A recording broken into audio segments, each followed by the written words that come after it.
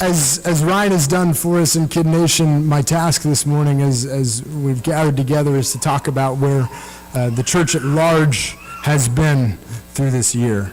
Where God moved in the places that we thought we had nailed down. And we thought we had it all together. And he was like, y'all still need me. We're doing a celebration. This is the first day of a brand new year. And I don't normally get excited about things like that, but there's something this year that, I don't know where you guys are at, but I've actually felt excited. Like, it's a new year. That's exciting for me.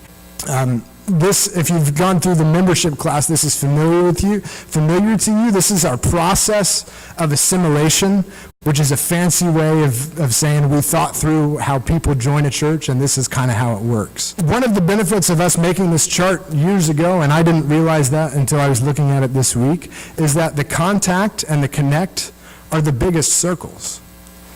They take the most time. We are now 2-3 years in to meeting people. And God is working in those, and it's really, really exciting.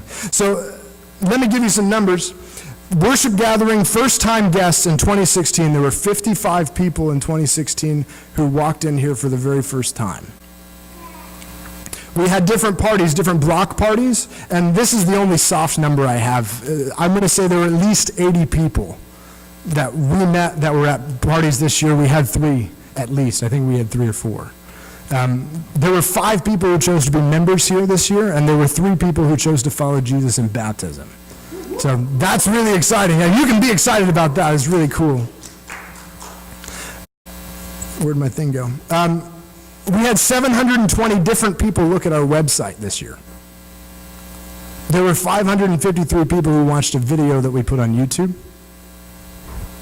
And there were 391 people who downloaded a sermon off of our podcast. It seems like a small church, right?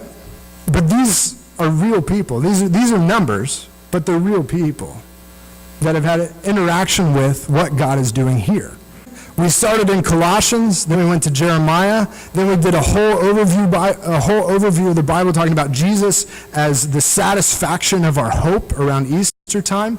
We looked at Philippians. We looked at, that was your series, Zechariah, right? And then we started in John, and the first section of John was our song in the night. The second was through the valley of shadow, and then we just closed up another whole Bible series talking about Jesus as the fulfillment of Christmas.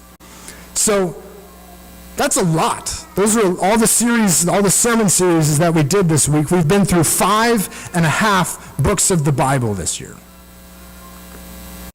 We've done 2 overviews of the whole Bible together. We've been through 6 books of the Bible in our Bible fellowship time, the hour beforehand. Plus, we spent a whole couple months on a doctrinal statement.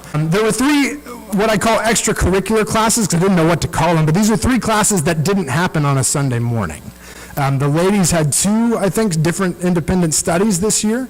One of them was, how do you study your Bible? How do you read it for yourself? And then one of them was a discipleship class, and to understand what it is that Jesus asks for us. We've had 3 different multi-week extracurricular classes, and we've learned 11 new songs this year.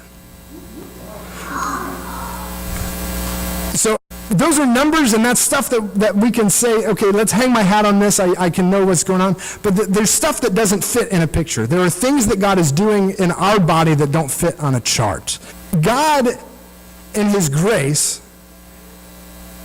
is getting in touch with people who want nothing to do with him through this church. And we've seen God this year take people that are running in the opposite direction from God, stop and say, what is it that God wants with me? Why does he keep pursuing me? And I can think of at least 3 situations of individual people in our body that are now asking God, what is it that you want from me? And they're wrestling with that.